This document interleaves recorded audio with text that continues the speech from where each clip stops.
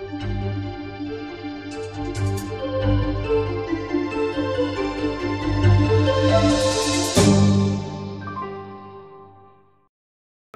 here at EAA AirVenture Oshkosh 2018, and we are kind of right in the middle of all the hot activity here.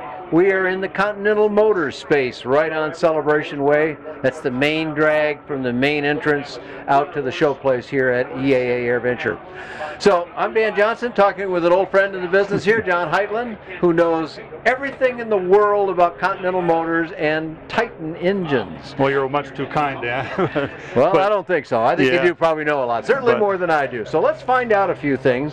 We are standing in front of, right now, a couple of Titan engines. Why don't you just describe the engines for us and what markets they are primarily for, John? Right, like we talked in years past, we're standing in front of our rendition of a Titan 540, 270 horse engine. It's for the experimental market, obviously. It would be like an RV10 would be something like this. Okay, an RV10 would use this? Okay. We also make our rendition that's got a dry sump for the vertical technologies helicopter.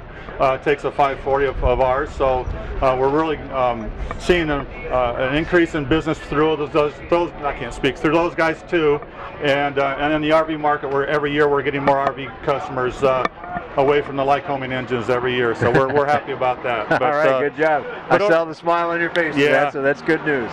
When we had moved the operations from San Antonio in the formerly ECI department, we now have finally finished all that transition, all the hard work, all the engineering, all the quality controls, all now in place at our factory, and so everything's going smoothly, all in-house now in Mobile, and some of the components are made in our Germany plant as well, but they're all done by Continental Motors, one division or the other. So we have a nice backlog at this point in time. Business has really picked up for us, and you know, with a lot of help from you and all the OEMs out there that picked us up in the last 3 years. As you know, we've been working really hard to expose the Titan brand to all the OEMs. Unfortunately, Rotax might have taken the short end of that one a little bit, but we just displaced a few Rotaxes. I think they're still doing very, very well. Yeah, I don't think they really felt it too much for my work. But let's back up just a little bit there. For those that haven't seen our earlier visits together, the Titan engine came out of San Antonio, Texas. It was not a Continental Motors project when it began. Correct. And then along came Continental, and it was a good opportunity for the guys that ran Titan as well. Yes. And you got together and joined up. Yes. Well, you acquired them, actually. Yeah. We acquired the assets of Danbury Aerospace almost 3 years to the day. First day of Oshkosh in 2013. Oh, is that right? Well, happy third anniversary then. 2015. So since that point, we've taken the Titan product, which is a former ECI product, and incorporated into our building, our quality control, and I think made it even a better product. We've made some product improvements internally to the engine. Give me one example how you would change an engine. We brought over the nickel carbide line. It was a proprietary process that ECI had. I think that was one of the reasons why our senior leadership decided that would be a good company to bring on board, was for that technology, so we can incorporate that into our regular lineup of legacy Continental engines. But so were these things you already knew from making Continental engines, and you went, hey, the Titan engine could benefit from this as well? Is that sort of thing, or did you just? It was almost the reverse. The ECI had the proprietary technology on the nickel carbide, and we really wanted it for our engines as well. So I mean, it worked out for both sides. We also had the ability to immediately jump into the experimental market, where in years past the only offering we really had was the little venerable 0200 over there. Yeah, we all know that very well. Yeah, of course. So it gave me a new playground to go out and talk to all the OEMs and talk to all the customers that I formerly really didn't have really business case to go talk to at that point in time. So now it's been a wonderful time. That's an interesting turn of events, but probably a very common one where the small, agile company that doesn't have all of the bureaucratic nature of a large company with all the departments and so forth, they could just decide, hey, we're going to do that thing and go do it. That's right. This is all done, as you know, in this industry, especially in the light sport and the experimental. It's a handshake. It's a relationship building, and getting a product in their hands that they can use and try out. You know, it takes a little more time to come to market with these things. You know, usually about a year and a half after we talk to them and give them an engine, they'll finally come out with a demo of their own with our engine on it. So there's a kind of a gestation period there, like a year and a half to sort of, so how are we going to mount this thing? And so you support them in the meantime. Then. You know, you'll see new OEMs at the show this year that are utilizing the 340 or the 370, the Safari helicopter guys over there with their new 500 series Rans. The S21 is a big hit already, and they have a 340 in that one, and then the Aryan Lightning is taking a 340 now. They went from a Rotax to a 320 to a 340 now, so we're really excited. I think they're going to be flying that first flight as soon as we get back from Oshkosh, so that'll be exciting for those guys. Cool, yeah, it will be. We'll pay attention to them and their success with your engine on it as well. All right, now we're looking at, we were looking at the larger 546 cylinder, now we're looking at the 4-cylinder, and you have this in, I think, 3 different numerical designations, is that correct? Yeah, actually, it'll go from a standard 320 to a stroke 340, which is a 320 stroke.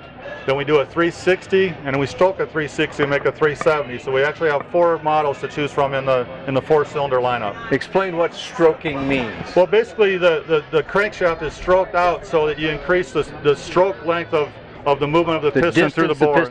So that effectively gives you more area inside the cylinder for more power, more cubic inches. Displacement is what it gives you. Okay. So so 320, 340, 360, 370. Walk us through each of those, and let's say for power output or something. You know, the 320 is pretty much a stock 320 like anybody would expect to see out in the marketplace right now with the Lycoming engines.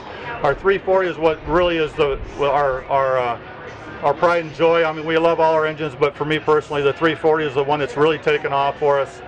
Because of the power to weight ratio. It's incredibly powerful. It's a 180 horse engine. What is the 320? 320 is about 150 to 160 depending on what we put for pistons. Quite a bit of extra boost then out of the 340. At least 20 horsepower. Okay, that's significant. Yep. And you know, in the 340 we gain 20 more horsepower at least. It doesn't weigh any more than the 320.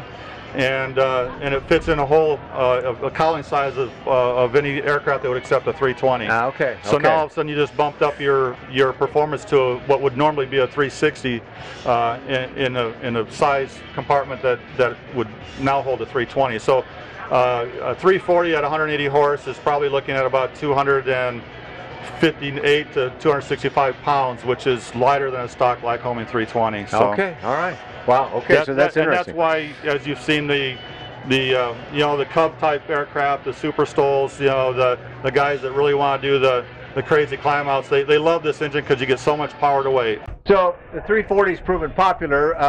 Tell me about some brands in the LSA light kit business that are adopting this engine, John. Well, a lot of folks will know that the 340 probably got its the first start with the Cub crafters, with the Carbon Cub. That's where the 340 got its name, and it got, you know, its name recognition from. Since then, in the last couple of 3 years, we've got the Just Super Stol XL. The XL version of that Super Stol takes the 340, and like we mentioned before, the Aryan Lightning. We also have the Rans 21. We have the Murphy Rebel takes it, and they actually use a 370 on their Renegade. There's a few helicopter companies right now that are working on it. We have a gyrocopter company that I can't name quite yet, but it's going to come out. All right. I wish I could mention it, but there's going to be some really neat things coming up in the next 12 months that we can't see or talk about yet. Right now we're talking to OEMs across the board on the Titan line exclusively. So, well, considering you just mentioned a while ago that this is the 3rd anniversary of your being involved with it, I'd say that's some pretty fantastic development in penetrating the OEM market. The company's worked really hard to allow us to go talk to those folks. Like I said, in the past we pretty much stuck with the certified world, and so this has been a fun 3 years for us. It's been a fun 3 years for myself and JB and everybody in the Titan brand to be able to go out and talk to folks that we never had access to before. You know, and a lot of the ways that we were able to go on a lot of these OEMs that were probably formerly Rotax powered is because the engine weighs only about 260 pounds. So at 180 horse, a lot of these companies like Kit Fox and you know, there's a few others that did it that way. They took the Rotax off, changed a few things on their firewall, and we bolted a 340 right onto it and made it within their CG envelope, and it made a night and day difference on the performance of the aircraft from 100 horse to 180 horse, obviously. So the effort you put into making the engine lighter really paid some benefits for you. Yeah, and the lightning thing really comes to play.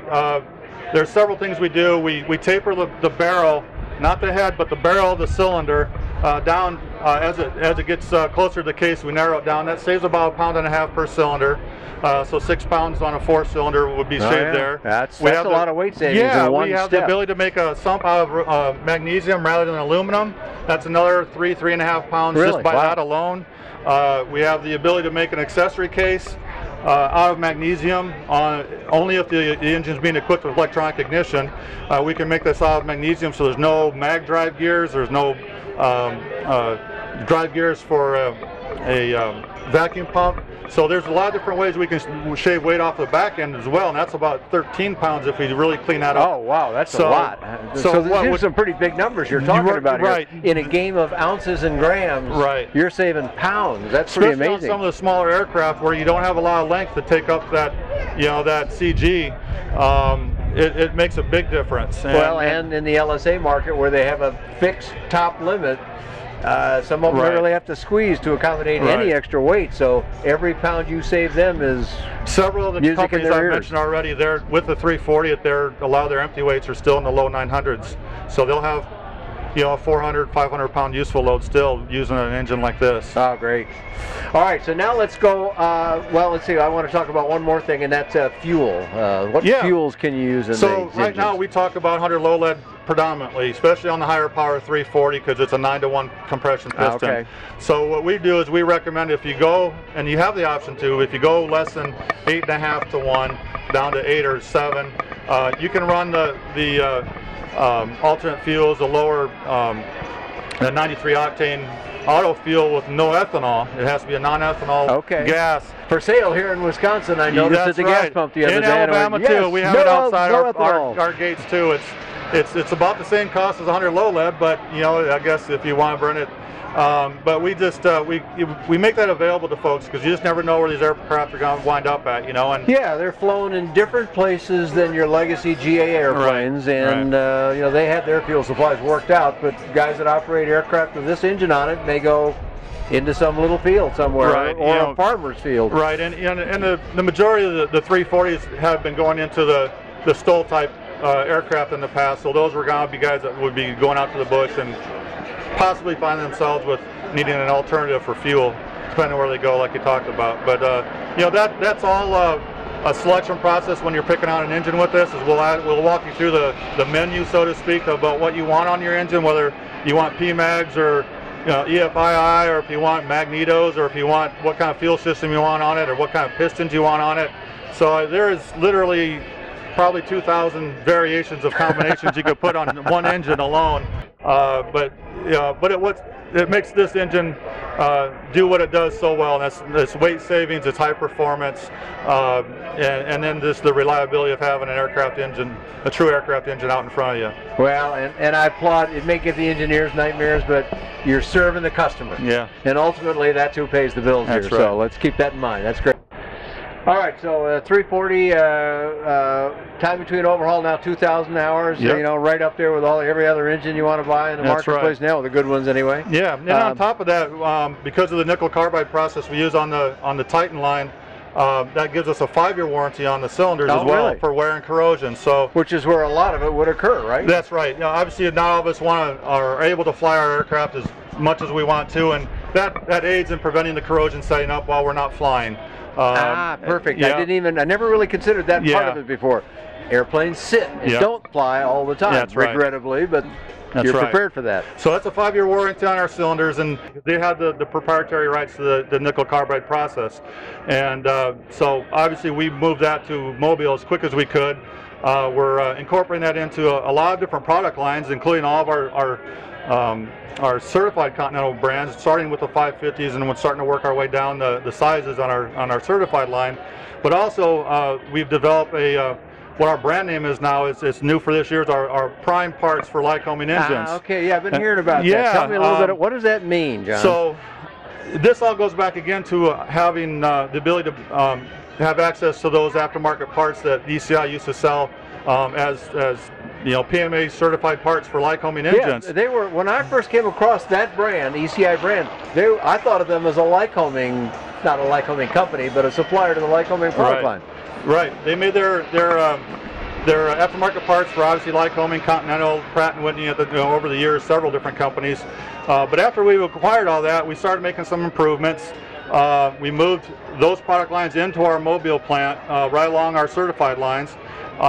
And then we decided, well, we're going to go after the Lycoming aftermarket, Lycoming engines aftermarket pretty hard, and we introduced this year our prime parts for Lycoming engines. So, so what does prime parts mean? The best of the parts, I gather. Well, you know, ECI again. I revert back to those guys. They did all the, I think, all the hard work over the years. You know, many years. They always took the aftermarket, you know, the parts that always failed in Lycoming and Continental engines and made improvements to it. So over the years, that's how they were able to sell their certified PMA parts, is by making improvements to the OEMs and then selling them. Well, when we got the assets back and we were starting to talk to the engineers, they're saying, well, these are, you know, some very good improvements over the they did originals. a good job down there in Texas. And we thought, well, that's just a market we just want to get into. So henceforth, the marketing folks got in, and we named it the, you know, prime parts for Lycoming engines, all done by Continental Motors at our Continental Motors factory in Mobile, Alabama. All right, take over the world. That's right. There you go. Great stuff, John. I don't know that I could come up with any more questions, actually. I do want to ask you one more, though, about the 360 and the 370 variants, because I know some people are starting to consider the 370. Yes. What does that do that the 340 does not do? The 370 is kind of the same equivalent to the 340 is to the 320. Our 370 is a stroke 360. So we take the same technology, stroke a crank on a 360, makes it about a 195 to a 205 horse engine, depending on how you equip it. And then essentially the same engine. It's a 360. The difference would be the outside. It's sort of the same. Dimensionally, right? It's only about 1.5 inches wider deck. Okay. That's the only difference. To accommodate the larger stroke. A little bit longer stroke. That's right. So in this case, then some of the OEMs taking the 370 would be an RV8, like we have out on the deck back behind us. A beautiful example of a 370 equipped RV8. Also, Commuter Craft, who you've talked to in the past. On their Innovator, 370. Yeah, their Innovator is taking a 370, and they're really close to coming to market on their very first totally built aircraft. They're getting really close, and I'm excited to go see those guys. Cool. So, yeah, the 370 is getting a lot of use particularly in the RV market, because that is where the 360 is so prevalent. So if you can tell somebody, hey, I got an alternative for you, I can build a custom 370 for you, will fit right into your cowl without any modifications or experimenting as a test engineer or a mechanical engineer. You just drop it in and take that Lycoming out of there, and we can supply a really good engine for you. It's lighter than the original. So. All right, great stuff. So Titan line 340. 320, 340, 360, 370, something in there going to please somebody in the light aircraft space. That's right. And some in the little larger space that we're moving gradually toward. Also, prime PMA parts now. Yeah, prime PMA parts. And nickel sill. And the nickel carbide cylinders are an option, but everybody buys it with those cylinders. Why not? Yeah, it's a $100 option on the Titans. They are available also. Is that right? It's only $100? Yeah, why would you not do that? Why not do it? On our certified Continental cylinders are now available with the nickel carbide as well. Too? Yeah, we're selling them on the, so this has gone up into the certified food world chain. Yes, sir. Beautiful. So they're available as replacement cylinders right now, and then soon we'll have engines available from the factory complete with the nickel carbide on the certified Continental engines too. Right, so it's going to go all the way through our product line. So you really did well when you acquired that company down in Texas. It was a great move. Not only got engines, but you got other things that are of value to the company. That's right. And to the consumer then. That's right. Great stuff. Well, I'm just about out of questions, but you know what? Our viewers will have another one. How do they find you on the web, John, to ask even more? Yeah, or maybe to just start buying? Yeah, just give us a call. You go on our website. It's continentalmotors.aero, and there's a hashtag on the bottom. I believe it's Titan engines.aero, and you can see us on either site.